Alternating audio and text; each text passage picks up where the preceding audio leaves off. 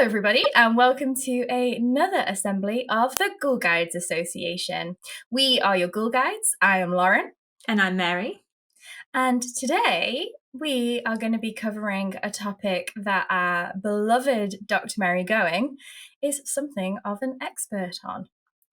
It's one of my favourite things to talk about. So yeah, we're talking about golems. We're going there, and it's going to be fun. Golems. Yeah. Yes. No, I'm looking forward to this one because, as some of you may know, I'm a big gamer. And golems are something that pop up quite often in video games. And I knew what a golem was in terms of a video game before I knew what it actually was. And I remember when I learned about it for the first time, I was like, oh, yeah, I'm a bit icky about this now. And I feel like that might be... We're gonna be focusing, I guess, more on the kind of myths and origins. But yeah, like if you have any examples when we get to like contemporary depictions, then yeah, because I'm not as big a gamer as you. / I'm not a gamer at all. So yeah, I will be relying on you for that kind of input. Cool. Don't worry, I got you. So before we jump in, how you doing, friend? Yeah, I'm doing good.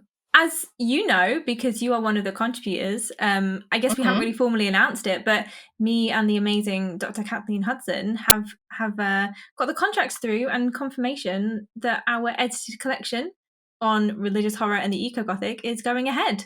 So yay us! And yay to everyone who is contributing to that. Yeah, which includes your it includes me. I sent my contributor agreement back yesterday. Yeah, I'm excited for that because you have let me write about Margaret Atwood, which is a writer that I love and kind of specialise in because I've taught her a lot, but I never, I'm mostly an 18th, early 19th century scholar. I don't really get to write about Atwood because when I do modern stuff, it's, soldiers and war and stuff. So I'm really excited to get a chance to talk about eco-Gothic and horror and religion in the Mad Adam series. So we're going to be going back to the Oryx and Crake, which is one of my favourite books. So it gave me an excuse to reread it as well. Excellent. Yes. And if that sounds interesting to you, then just watch this space. We'll have more news about that. But we signed the contracts quite recently, and it's just really exciting. I'm really excited about it because all of the contributions, all of the chapters are just great. But watch the space. Yeah. But I can't wait to see everybody else's contributions. Yeah. So how are you, friend? I'm okay. I got the reader review back this week for my monograph. So in the world of academic publishing, you're not allowed to just publish something. No. Unless you're Jordan Peterson, which is why he doesn't count. But you're not allowed to just publish something. When you write something, another academic who shares a similar specialism or knowledge has to read it through, and they say, oh, you should do more on this, or you should look into this, or you should, look into this more. Sometimes it's quite a scary process because, we are millennials and we're all scared of criticism. But it's also, it's quite a positive process. And this is my first monograph, so I'm quite excited in a weird way to learn from this. And also because it means my book is closer to being published. So that is also exciting. So look at us being professional academics. It's almost like we have PhDs that we worked really hard for 8 years.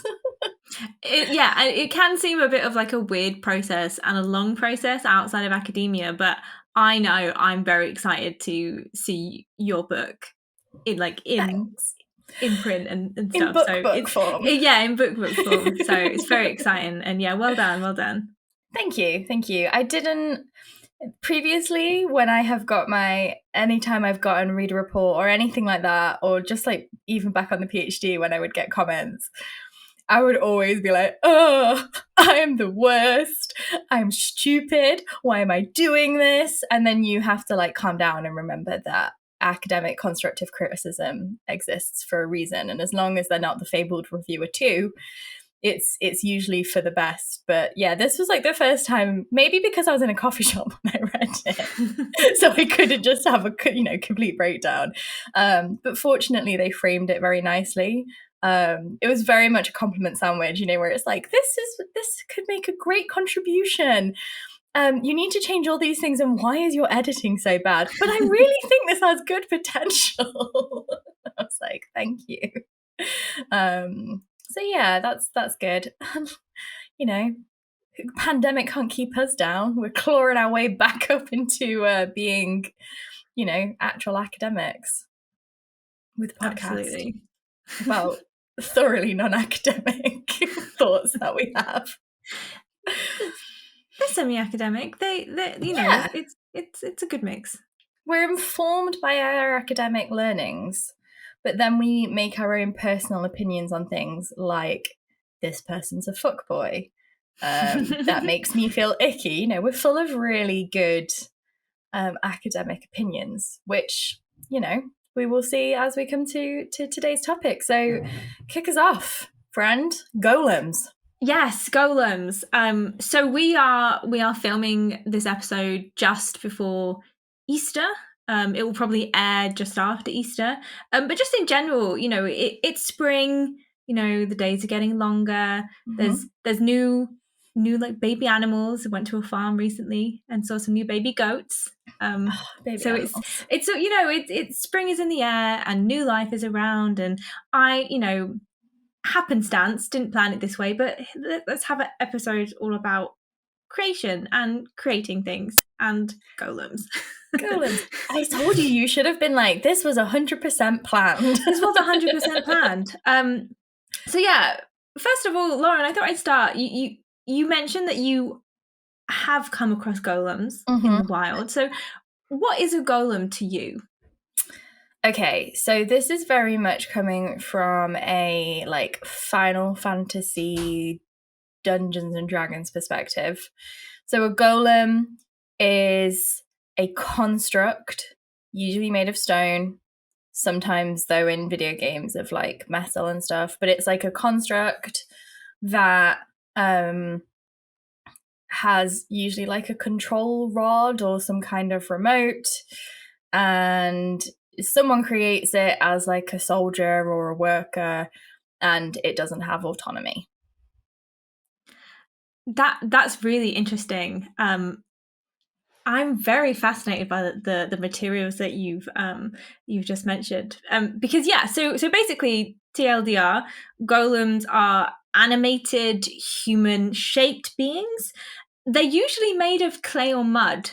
So I think it's interesting that in the kind of gamer Final Fantasy-esque creations, they're more kind of metal and stone and hard kinds of things, where I guess it's less easily deconstructed. Yeah, that makes sense. I mean, one of the biggest and this is something I knew what golems were when I played this, is a more recent game, but the Dragon Age series, which came out I think 2010, the dwarves are just hit the microphone. The dwarves make golems, and obviously dwarves are stone craftsmen, and I won't actually, I mean, I won't spoil it. It's like a 12-year-old game, so maybe I will spoil it. Spoiler alert for Dragon Age Origins. You find out in that game that the golems were originally dwarves who sacrificed their souls or their beings to power these golems. So technically they do have autonomy, but they do also have control rods. And there's a whole narrative there about ethics and stuff. But yeah, in my head, when I think of a golem, I think of a stone construct. Yeah, which is really interesting. The different materials, as we'll get to hopefully. Also, I just want to say kudos on your pronunciation, because I think a lot of people, especially since Lord of the Rings, mispronounce the word, and you might think, oh, but isn't it golem, and no, that is, if you're saying golem, you're talking about a little hobbit creature who lives in the woods or in a cave. Golems are something very different. So the earliest stories of golems are actually found in the Talmud, which are kind of like a series of writings in Judaism. And do you know who, what the kind of earliest stories, like who are they about? Can you guess? In the Talmud? Mm-hmm. I always think of it as being like Jewish mysticism, but I honestly don't know if I've got that right. So the earliest stories are about Adam. Oh, like the Adam of Adam and Eve. The Adam, who you may be familiar with from his group Adam and Eve. Baby back ribs Adam. Yeah, so we are going like all the way back to the beginning. So again, this golems are all about creation, and in talking about these kinds of creation myths, obviously the myth of Adam and the creation of humans is a kind of parallel story. So Adam is, figuratively or literally, depending on your belief system, known as the first human. And sometimes Adam collectively refers to humankind. So the first human, or just humankind in general. And God, in these stories, so in the Talmud and also in Genesis, shapes Adam out of mud, clay, or the dust of the earth. And then what God does is God breathes life into this creation. So you have the kind of the physical forming of of this creation, and then the extra step that God does, which is breathing life and autonomy into this being. And in the Talmud, it basically describes Adam being kneaded into a shapeless husk. So that idea of it's quite hands-on, and the malleability of the materials. And yeah, golems are very similar. So you have that kind of story of Adam and humans being formed in that way. And golems are also are typically created by individuals who are close to the divine. So God isn't going around creating golems. But if you are close to God, so think, for example, rabbis, if you are a rabbi, you might be able to also have something close to that ability, where you can create a being that has some semblance of life.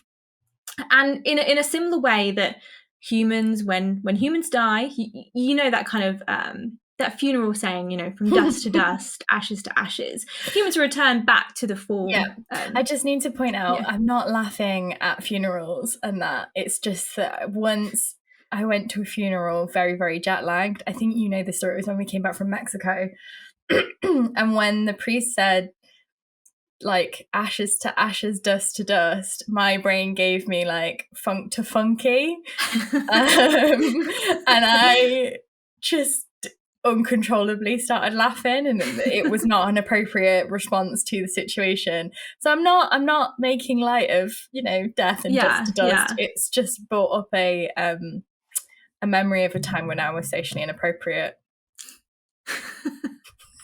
Yeah, well, I guess in not that kind of way, but in the same way that humans, when we die, are said to return back to those the materials that we were. Yeah, we go back to the earth, so to speak. Yeah, golems are the same. But of course, golems are not fully human. So God can give life to Adam, but rabbis can't grant their creations like a fully human existence. So there are similarities in that, created from mud or dust or the earth, and then at the end, in death or however you want to figure that, there is this kind of return to the materials that you were made with. But there is a difference in humans in that they have a level of autonomy that golems don't have, or a level of kind of existence and independence and functioning. The free will paradox. Yes, exactly. Which is why the kind of rods that you said were also really interesting, because that idea that they're not fully in control and there is something that is controlling them or guiding them. And to kind of show this, often golems have some kind of disability, and the most common one is that they often can't speak. Yes. So I think language is often kind of, considered to be a signifier of humanity in whatever form it is. Yes. Yeah, that makes sense. the ability to communicate and the ability to speak or to engage in language, whether that's written or well, yeah, because that's the whole thing written. in Frankenstein, isn't it? Like the monster can read, the monster can speak, and that implies a tension between Victor's perception of monstrousness and the creature's self-perception of itself as an autonomous being. Yeah, I'm really glad that you mentioned Frankenstein. We'll be getting to Frankenstein soon. But yeah, so that is basically the kind of the origins of what a golem is, and there are all these kinds of stories in the Talmud. Some of them describing Adam, but some of them describing rabbis trying to create life. But following from these kind of early Talmudic accounts, we then get Kabbalah and Kabbalistic texts. Okay. So this is where we also stop and I say to you, Lauren, what is Kabbalah? It's a trend where all of these very skinny white celebrities wore red twisted bracelets and did yoga. Yeah, so I know that I just need to point out that I do know that's not what it is. No, I know. Listeners, please be reassured, but it was too good of a post-millennial joke not to make it. This is exactly why I wanted to ask you this question, because I think, you know, you are interested in this kind of recent tradition of Kabbalah, but it is very, very different to what Kabbalah actually is. It's so different that I, you know, this kind of movement has basically appropriated the name and appropriated some aspects of Kabbalah, and they've turned it into something else, which is not Kabbalah. But essentially, Kabbalah is a branch of Jewish mysticism, and it emerged in the 12th century. And yeah, like you say, it's more recently been appropriated into Western esoterics and also cults. So yes, that's I mean, you know, as everybody's probably like, why is Lauren so interested in this? It's because it's been appropriated by Western esotericism, has become extremely culty. It's become very wrapped up in the wellness cult. It's been associated with, you know, actual cult movements. But yeah, one of the things I find really fascinating is how particularly white Western mysticism appropriates from the rest of the world and then just erases all the bits that they're not interested in. Yeah, and I want to make it very, very clear that we are not talking about that here. We are talking about Jewish mysticism. Yeah, this is not Gwyneth and her jade eggs. This is genuine. Yeah. So 900-year-old tradition? Yeah.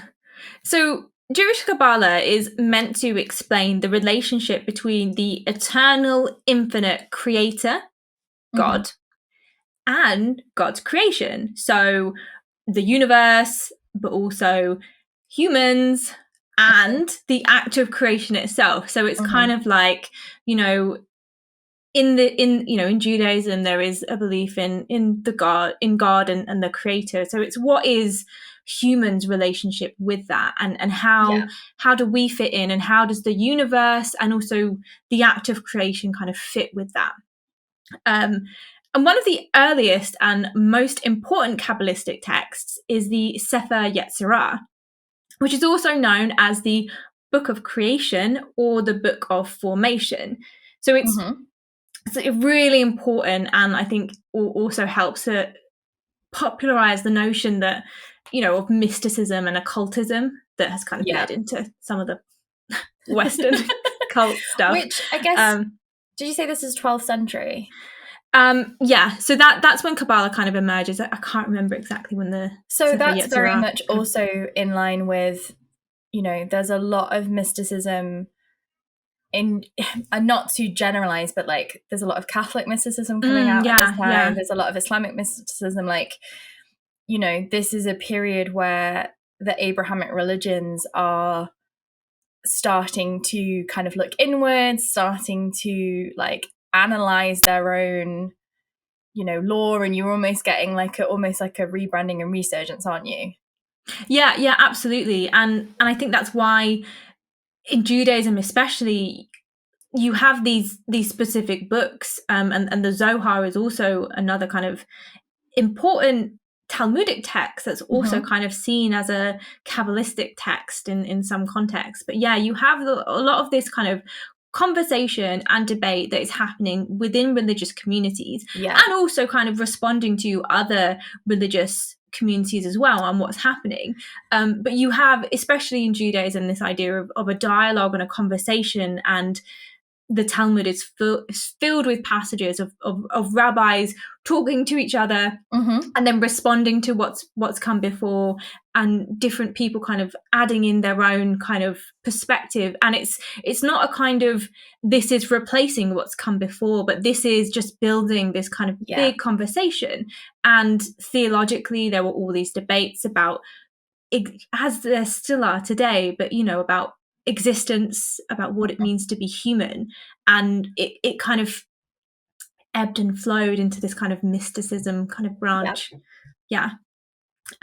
So this book, the Sefer Yetzirah, or the Book of Creation, has been described as being basically a recipe book for how to make a golem. And in it, there are supposedly clues. So it's not an easy, you need 2 eggs and this much flour. So it is kind of more, difficult to decipher than that. But it's basically a kind of, it has clues for how you can make this. Okay. And this kind of like the alchemy books at the time, where there's like a rose, a baby in a bottle, an upside down something, and that's technically an alchemical equation, but you have to understand the laws and the symbols and the history to be able, like, you can't just look at it and be like, oh yes, I can use this to make an alchemical creation, a soul. You have to be trained and an expert.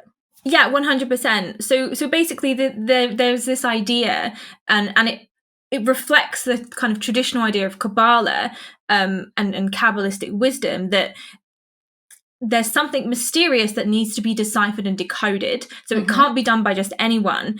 And its secrets, yes, they're hidden, but they can be found by those willing to put the work in. And yes, alchemy also kind of developed alongside the development of Kabbalah. And alchemy, or Rosicrucianism, is it kind of came out of Christianity itself, but it's this idea, this kind of pursuit of the secrets of life.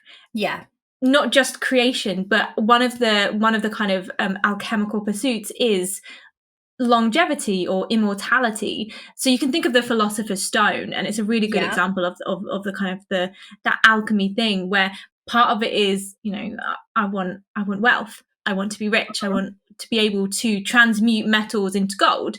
But another side of that is, I want immortality, I want to be able to live forever. And these kinds of debates and conversations and explorations were happening at the same time. What you have is, in both kinds of traditions, this idea that you need a lot of learning. Not just anyone can walk in. There's a lot of learning that you have to do. There's all of these books that you have to understand. And, it's whether it's a kind of pseudo-chemical, equation sort of thing that you need to do, or something more esoteric in terms of rituals and religion, or a melding of the two. It's something that can be achieved, but it's very, very secret and hidden. It's like the beginning of the idea that, science is possible, but science must be part of religion, because religion, there's always been atheism, but it's that kind of blending, I guess, isn't it, on both sides of the idea of science and experimentation being, if that exists, it must be inherently divine. If this is possible, it must be divine. And Rosicrucianism starts with the idea that these secrets can only be unlocked through God.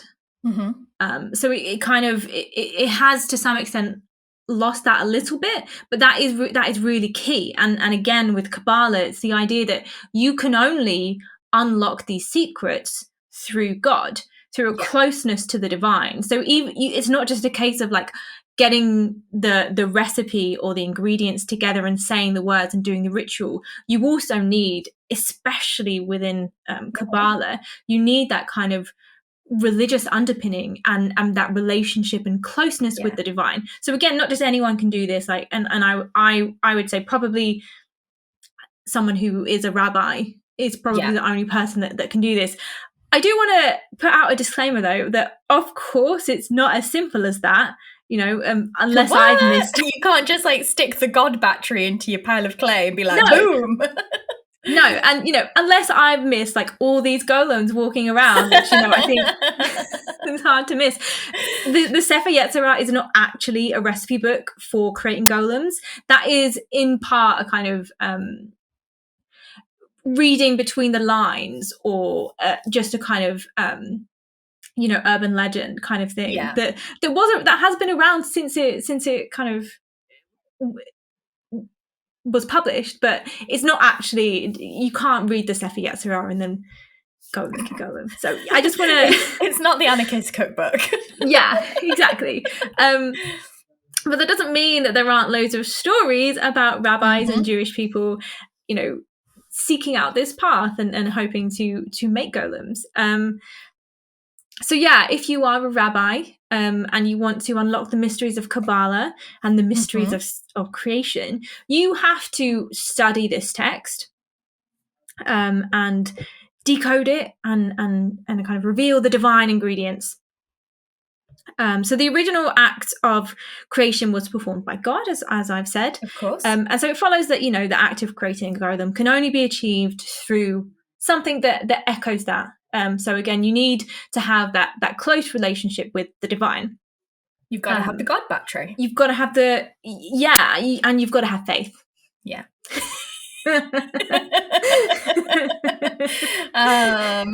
We all know what song we all just started singing. Yeah.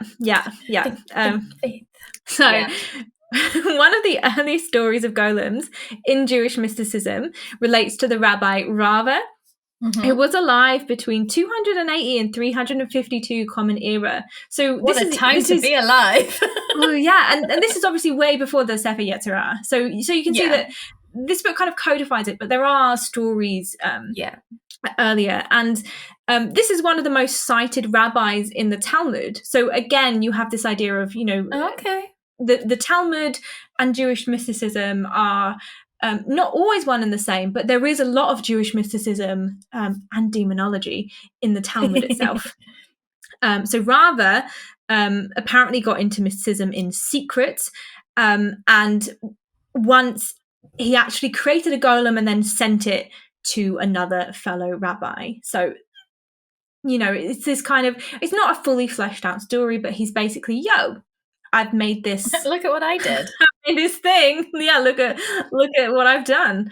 It's plausible though, because if I created not sentient, but, you know, life essentially, the first thing I would think to do is to send it to you and be like, oh my God, look at what I did. Yeah, you'd want to show off your accomplishments to your nearest and dearest. 100%. Yeah. But probably the most well-known story actually goes back to the Middle Ages. And what I am specifically talking about here is traditions and stories that are born out of Poland, Germany, and Prague. And these are tied to the study of the Sefer Yetzirah. You know, creating the idea that to activate a golem made of clay, you need to perform a ritual that involves certain elements. So in these stories, we kind of get more of an idea of what some of the potential ingredients could be. So one of the key elements is the secret name of God and the 72 letters that combine to make the name of God, which is also known as a kind of Shem.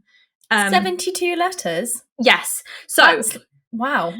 Yeah, so you might have noticed that sometimes in Jewish writing, you don't always write out the word God or the word Yahweh in full. So you might have seen in writing G, it's often like G asterisk D, or it's in capital letters YHWH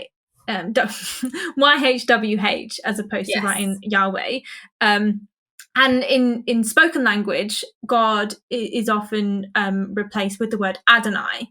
So for a lot of Jewish people, even saying God is too far, so you replace it with Adonai, because the name God, and God has many names, including Yahweh, and it's so sacred and it's so transcendent for humans to speak. So it's almost forbidden. You don't say this because it's so sacred.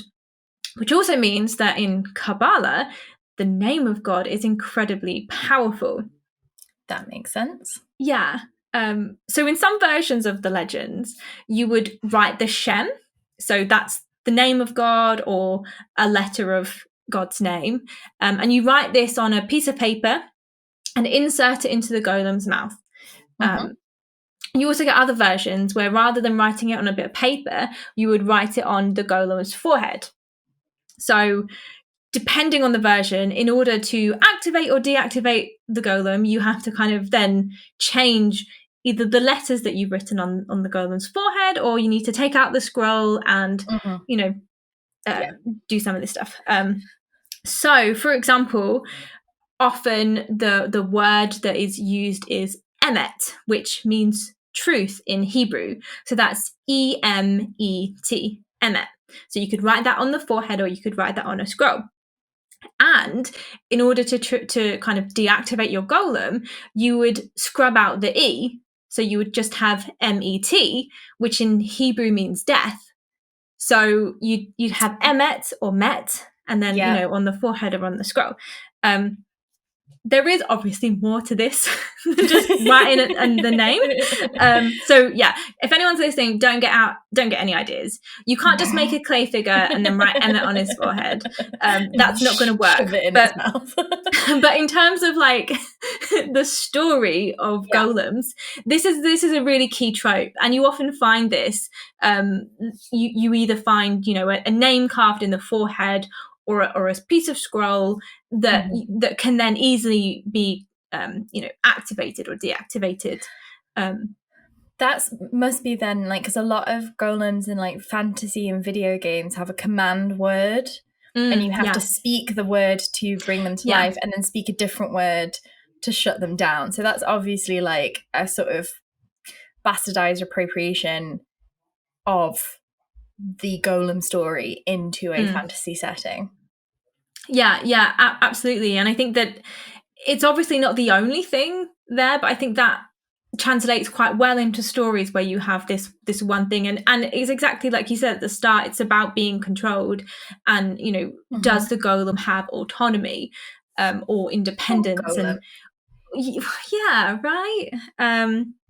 Okay, so the most famous legend is the legend of Rabbi Judah Loew of Prague.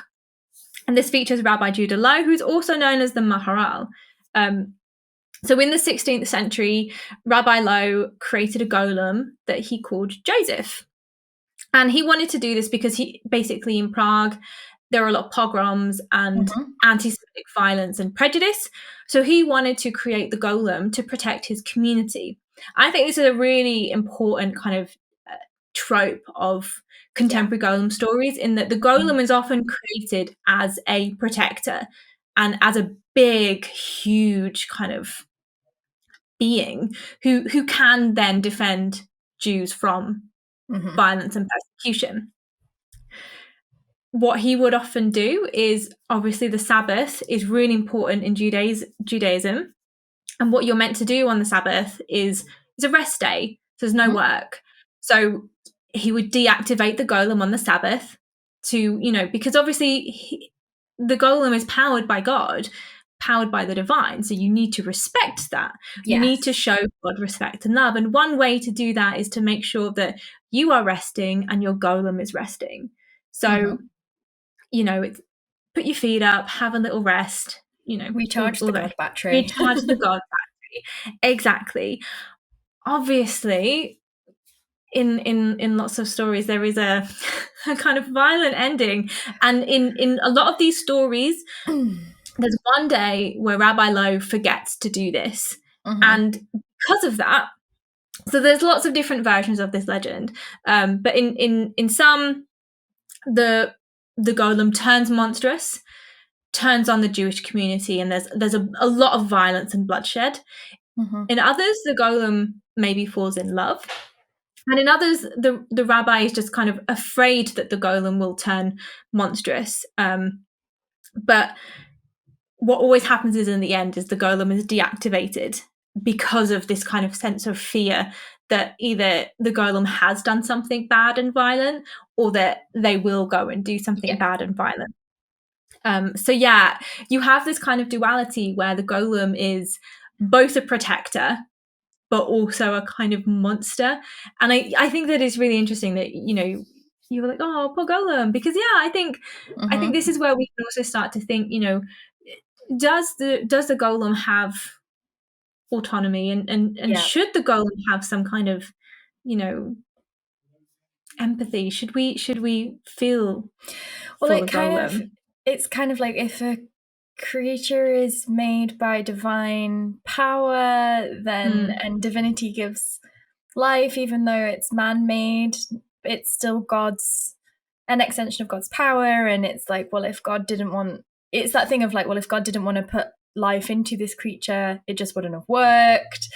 So you do have that, like, you know, added ethical complexity of how does this work? You know, is it fair to deactivate this golem and then never bring it back again? Is it fair to create it in the first place? You know, all of...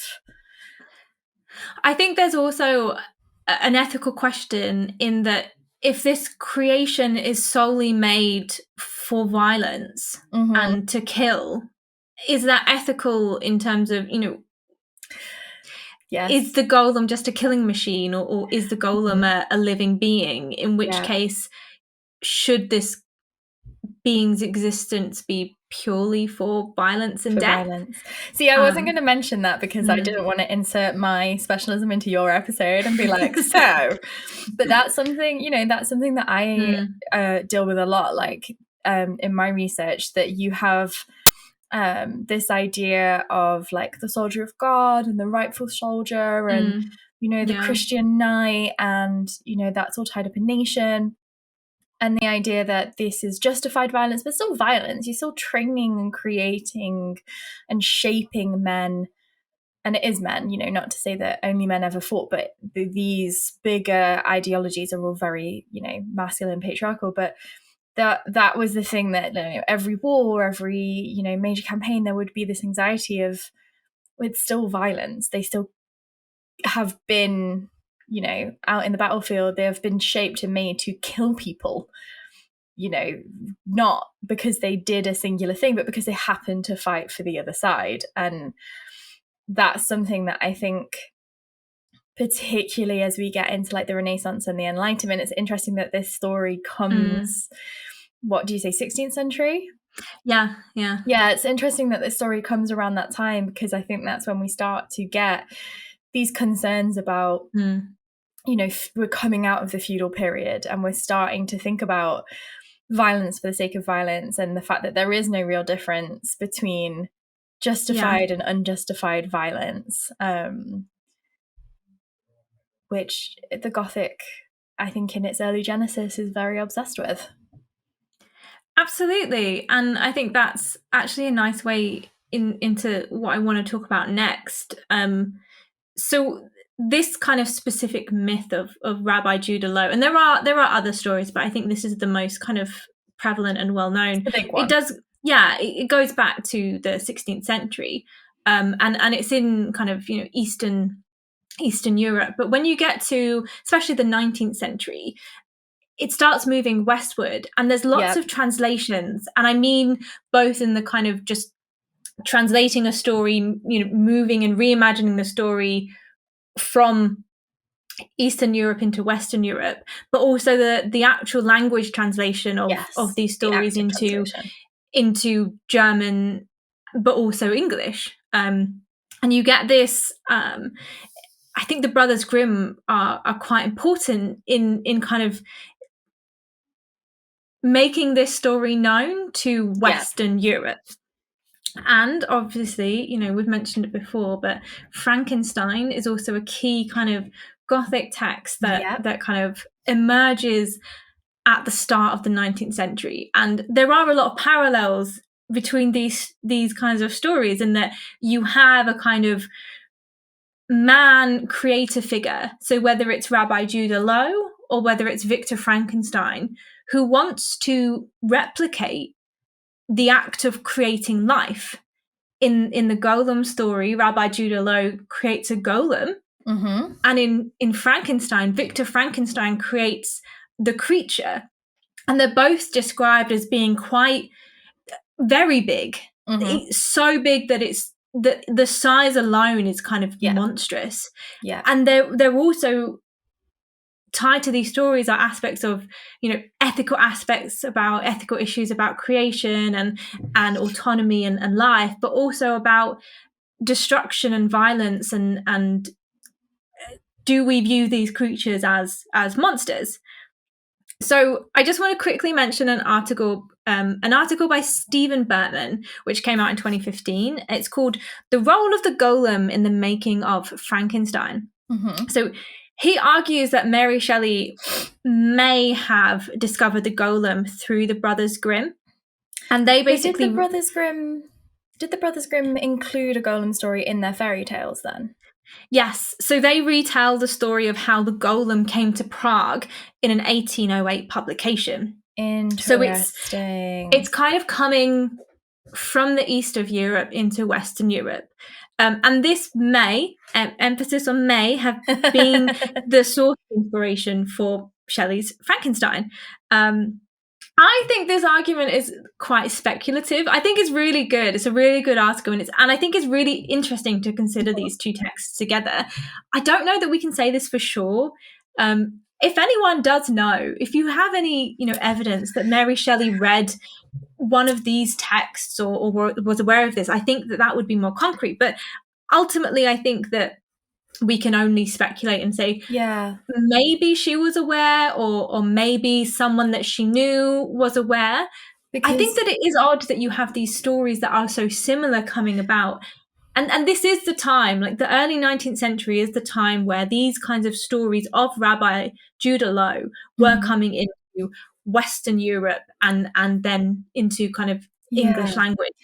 Because we know she was reading a lot of, you know, through her father and through Percy and through their social circle. You know, these are very, like, up-to-date people. They were, you know, they were keeping up with the latest developments. And at this point in time, people are very obsessed with what would later become vivisection. Mm-hmm. There's a lot of moral panic around dissection, because if the body comes, you know, if we come back in the revelation, then, you know, what if we've dissected somebody? What if we've done this? And I know that informed a lot of Frankenstein. But I do think it's really interesting that I hadn't realized that the Golem story was kind of lumped in with the fairy tale, because I feel like that makes a lot more sense of why there's been this massive appropriation. I mean, the Brothers Grimm do also. The Brothers Grimm, they're well known for their fairy tales. They also retell a lot of myths and legends. Yeah. So some of their stories, for example, there's one that retells a quite anti-Semitic story about Jewish well poisoning. That's a really, at this point, quite established anti-Semitic trope. Well, it's part of the blood libel thing, isn't it? The well poisoning. It's part of that same myth.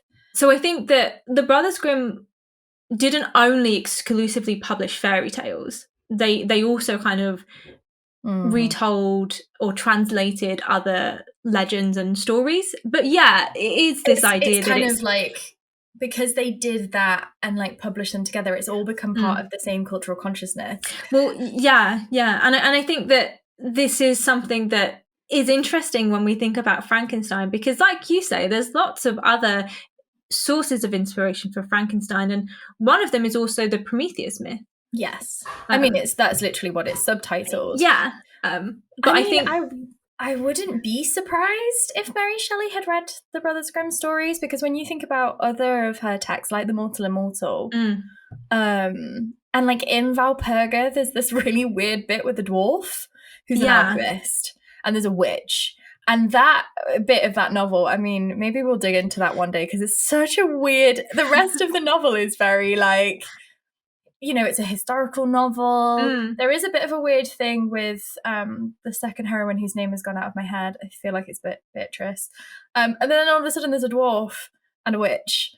Yeah. So she definitely was aware of these like slowly popularizing Gothic fairy tale folklore tropes that become more tangible in the, like they've always been there, but they become more tangible as literary tropes in the 19th century. I think I would buy it. I think I buy that she would have read it. I obviously couldn't put my reputation on it and say, yeah, of course she did. But I think I like that theory. I mean, I do too. And I think it's one of these things where, are we ever going to be able to prove that Mary Shelley read this 1808 unless we publication from the Brothers find Grimm? a letter where she's like, oh yeah. Wow, Claire, I read this sick story the other day. Yeah. And if anyone has that, then please let me know. That'd be fascinating. But I think that it's, whether she did or not, it's clearly, I think, in this period, it shows an interest in these kinds of stories at the very least. Yeah, whether or not she read it, it's bleeding into social consciousness. It is becoming part of the mythos, part of this like genre of storytelling. Yeah, absolutely. And I think that from this moment as well, the narratives of Frankenstein and the Golem have become entwined. So probably the best example of this is the silent horror film Der Golem, and then James Whale's Frankenstein, which are both kind of early 20th century films. So I'm just going to talk about these two a little bit. I know you've seen James Whale's Frankenstein. I have, yes. Yeah, I don't think you've seen. I don't think I've seen Der Golem. I've seen stills in. Yes, I think in one of your papers, probably. But yeah, I haven't seen Der Golem. Okay, so Der Golem, or The Golem, How He Came Into the World, is actually the third installment of 3 films made by Paul Wegener about the Golem. And I think it's around I forget, I should have written down the dates of these films and they've gone out of my head, but around like the 1920s. I mean, I always do the same thing. I'm always like, I obviously will never forget what date this was published. And then I'm like, 1824 again? Yeah. So basically the 2 other films were kind of made before Der Golem. Der Golem is essentially a prequel. It's how the Golem came into the world. It's the only one that actually survives to this day. We don't have the other films in their entirety. So Wegener kind of bases this Der Golem film on 2 main source texts, one of which is Rabbi Judah Loew of Prague. So you can see how important that kind of legend is, but he also bases it on a 1915 novel by Jewish writer Gustav Meyrink, which is also called Der Golem. But I think this is really important to kind of highlight. Wegener is not Jewish, and this film is not made for Jewish people. And it basically transforms these stories into a horror story where Jewish people and the Golem figure are kind of Jewish monstrous others. Got you. So this is, I mean, God, we see this all the time with like voodoo and Ginny and Dybbuk boxes. Yeah, exactly. So the characters of the rabbi and also the rabbi's daughter, they're massively anti-Semitic. They're caricatures. And there's this whole kind of like subplot where the rabbi's daughter falls in love with a Christian man. And this entire subplot is played for laughs. And it's also like fetishizing her in a very kind of racially charged anti-Semitic way. So yeah, it's not great. Kabbalah is also reduced to occult magic. So you have all of these scenes that you know draw on a kind of general aesthetic of occult symbols and mysticism. Whereas, you know, as I said earlier, like it's very much tied to Jewish practices.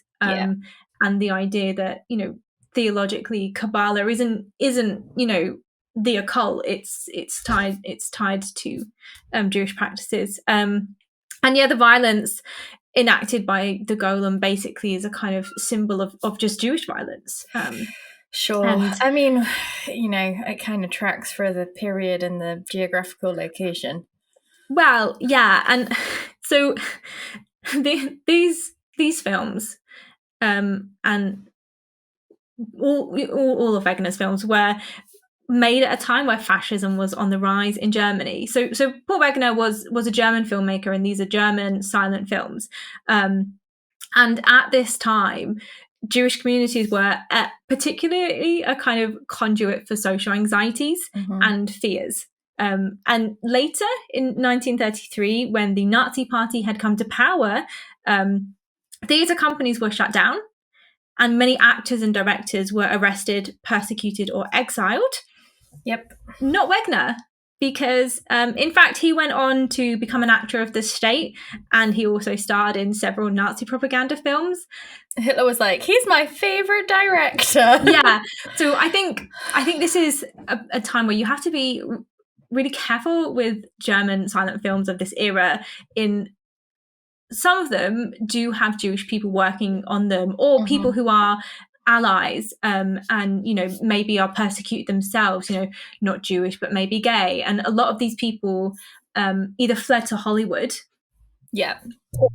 or were kind of there's a lot of extras. I mean, it's, you know, you have a lot of tension when you're talking about people like Fritz Lang and you know, people who made art and it was appropriated by the Nazi Party. I think, don't quote me on that, but I think that did happen with Fritz Lang. But a lot of German like artists and directors would, you know, make things, and the Nazi Party would be like, yes, what a beautiful homage to the motherland. And they'd be like, no, that is not what I meant. Yeah. I think it's safe to say that Paul Wegener, though, was not one of those Nazi. people. No, he was. Yeah, he seemed pretty on board. You know, for the avoidance of doubt, Nazis are bad. Nazis have always been bad, and Nazis are still bad. But this film is really influential in both, you know, where the Golem myth goes, but also where Frankenstein goes. So you have in 1931, which is a little bit after the Der Golem film, you have James Wales's Frankenstein. Obviously, these are both films about man-made monsters, but there's several scenes in these films that are really, really similar.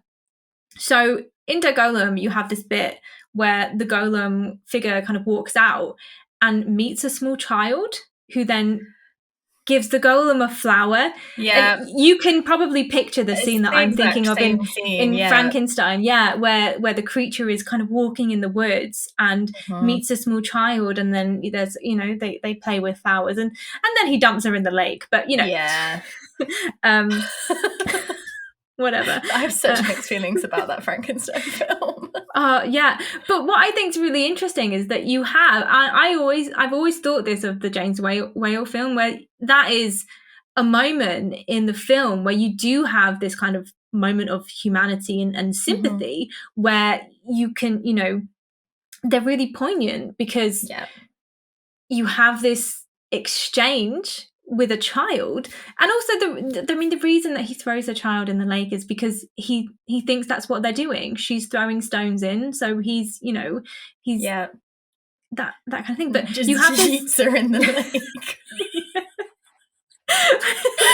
But which actually I think was removed. That scene was removed from a lot of versions of that film because people thought it was too horrific.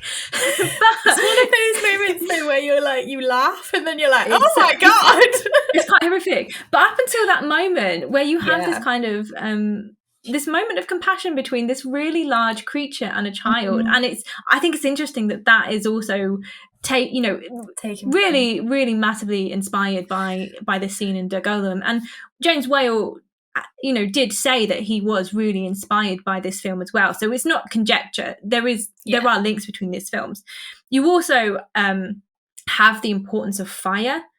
So in both Der Golem and James Wales's Frankenstein, you know, the idea that fire is used to kind of possibly deactivate or destroy the kind of monstrous fire figure.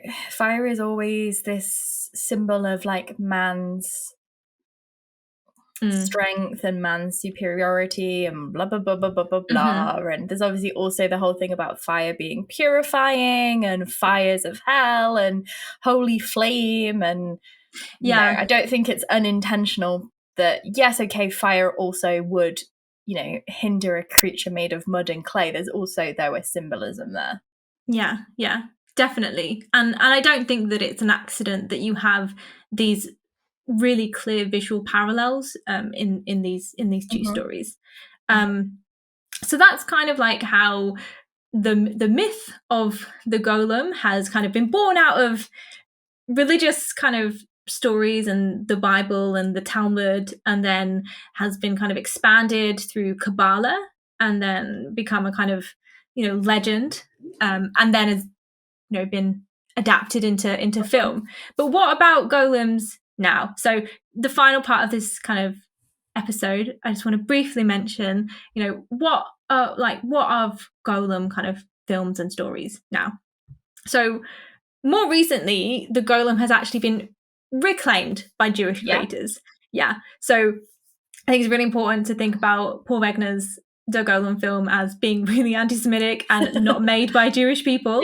But we do have some examples of golem stories that have been told by Jewish people in the 21st century. So the Paz brothers, Doron and Yoav Paz, they're Israeli brothers and filmmakers. They directed a 2018 Israeli horror film called The Golem. But they've also described the golem myth as being like a Jewish Frankenstein. So I think you have that kind of... It's like blended into this weird, inseparable. That's the word. They become entwined. They become entwined, and you can't disentangle them. Because I think, especially when we think about the golem now, I think a lot of people do think about Frankenstein. So whether or not Mary Shelley was inspired by these stories, the legacy of her novel is tied to the legacy of the golem. And these stories, again, we can think about how the myth has kind of, moved and had a journey from, Eastern Europe and Prague into Western Europe and Germany and England to some extent, but has also found its way through the kind of Jewish diaspora and the move back to Israel, into Israel. And the Paz brothers both say that it's kind of a well-known kind of story in Israel about the golem as a kind of protector, a Jewish superhero in that kind of way. Sense. Yeah, I also have to mention the supernatural golem episode. Of course you do. Yeah. So this episode is called Everybody Hates Hitler. And, I think, again... True. Nazis are bad. Well, sadly not bad. True, but... Yeah.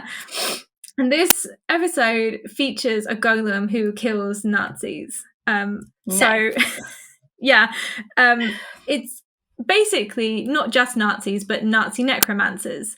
So you have these kinds of Nazi necromancers on the one hand and a golem on the other hand. And there's lots of flashbacks to the Holocaust where the golem kind of defends Jewish people in a concentration camp. But then you also have recent scenes of...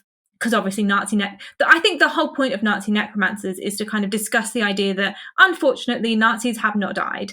There are still Nazis among us, and they are unfortunately, I laugh when you said Nazi necromancers, but let's be honest, if you think about, not to get super academic, but the act of continuing to spout these things online, of dredging things back up. You only have to look at QAnon to see how things like blood libel, myths of hate from the 12th and 13th century have been reused, reborn, regenerated along with Nazi ideology. So it is a kind of cultural necromancy, not to be an absolute academic wanker, but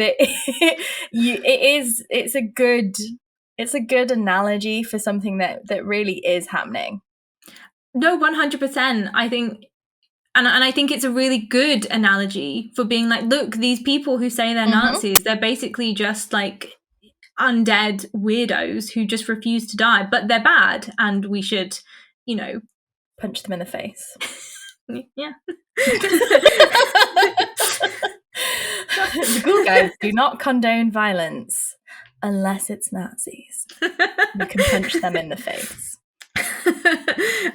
Okay, so the writer, I really like this episode. I think it's one, it's really funny. Two, it's it's got some, it's just really funny and really enjoyable, but it's also really serious, and I think that it matches those kinds of things well. The writer of the episode is someone called Ben Edlund, and he's not Jewish, which I think is important to note. Yeah. But like overall, I've said this before, if you've heard me talk about Supernatural, I often say this. Supernatural as a show, I think people often view it as a Christian show, and I always want to push back on that, because the original creator and original showrunner of the show, Eric Kripke, is Jewish. A lot of people in the writers' room and the writers and directors of the show, though not all of them are Jewish, a lot of them are. And the writers' room itself has been described by people in the writers' room as a kind of hotbed of Jewish communists. So I think that the Hollywood myth has come true. Yeah, but I think that is important to note, especially if you think about how TV episodes work. Is often you'll get in the writers' room and people will pitch ideas and discuss ideas. So there will have been some input. Within the show, and this isn't a kind of this is not a Christian show made by Christian people that are appropriating stuff, but yeah, I think it's just very, very funny, and there's lots of Jewish humor in it. So the Golem, for example, he has an original rabbi who is someone from the who made the Golem in the concentration camps, and his grandson has now been bequeathed this Golem, but his grandson is essentially more of a kind of secular Jew, and he eats bacon, and he also his grandfather handed him down a special book, probably the Sefer Yetzirah, but he used some of the pages to smoke joints because the pages were perfect and thin, perfect for a joint. So there's lots of enjoyable things about this, and that's very funny. Also, I just want to end by talking about the Simpsons Treehouse of Horror Golem segment. So this aired in 2006, and it's a segment that's titled "You Gotta Know When to Golem," and it's basically Krusty the Clown has a kind of museum of artifacts, and one of them is the Golem, who is the Golem made by the Rabbi Judah Loew of Prague. The Golem. The Golem. So yeah, that I think is just beautiful and fun. And it's also interesting because I think this Simpsons episode is really inspired by a lot of kind of Frankenstein sequels, and specifically The Bride of Frankenstein, because in The Bride of Frankenstein, and also in the novel, the creature is like, I want somebody to live my life with. Yeah, I don't want to be only one of my kind. Make me a mate. Yeah. So in the Simpsons episode, they make a female Golem. Aww. So I'm sure that goes well.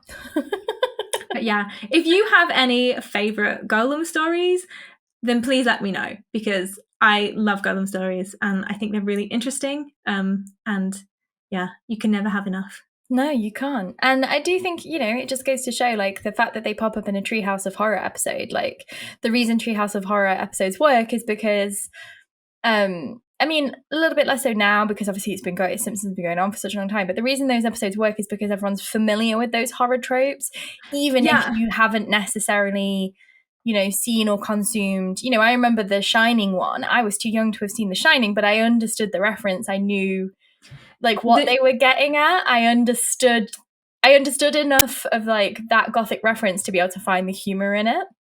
And yeah, exactly. The Treehouse of Horror episodes and segments are written by horror fans or fans of kind of horror and sci-fi. And the golem in the Simpsons episode is specifically kind of created in a similar way to the Golem, so Paul Wegener's Golem, because that's the Golem that most people are visually familiar with. Mm-hmm. And it's, you put them side by side and you can say, yes, these were directly, inspired by them. But again, this episode, I think, was written and directed by Jewish people, and the voice of the Golem is a Jewish person. So Mm-hmm. it is very much not in the same kind of,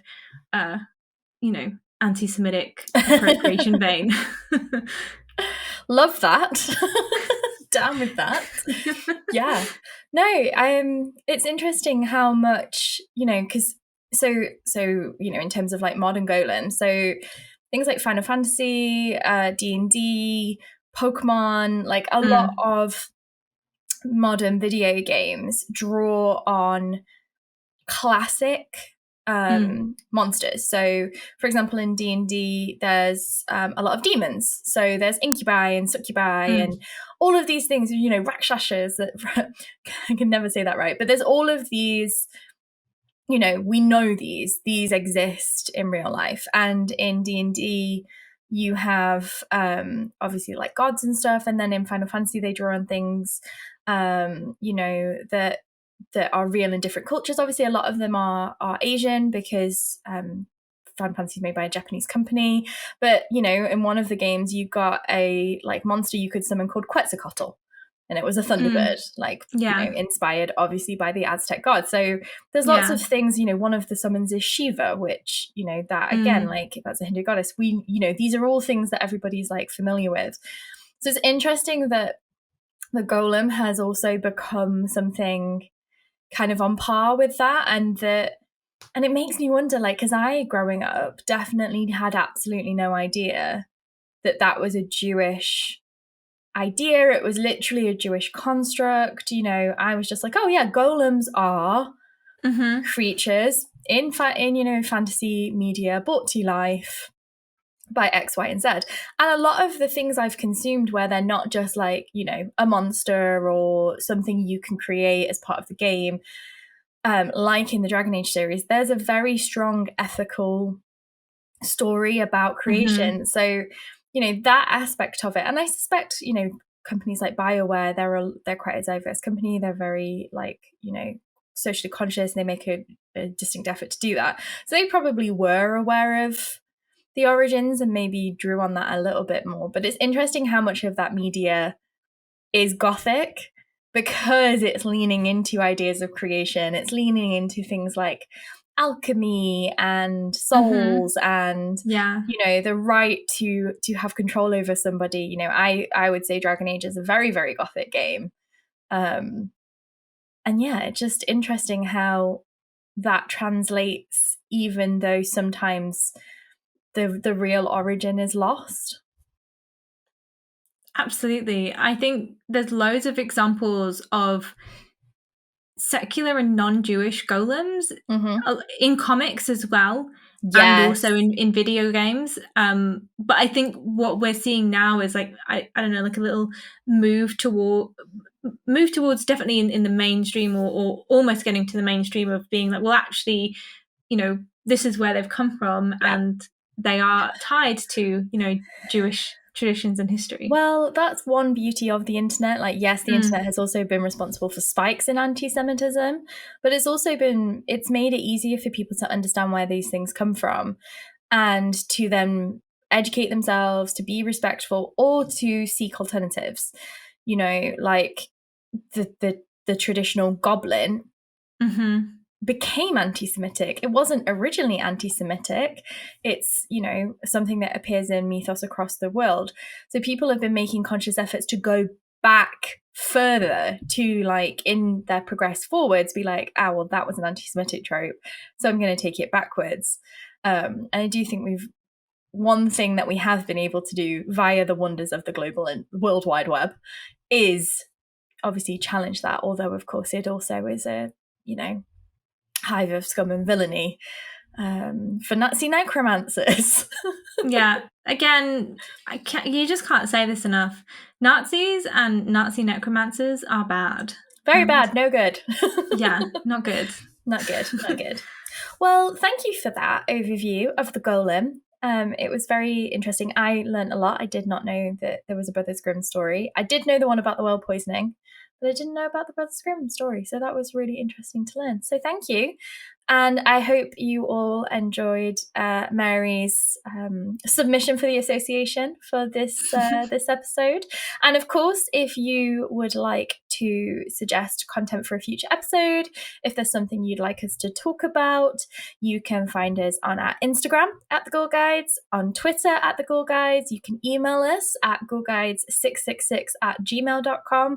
And I believe you can also comment on obviously the YouTube, but also on Spotify and Apple. You can like us, subscribe to us, you can leave us a review, you can tell us to shut the hell up. We'll carry on, but you know, we are powered by spite, if nothing else.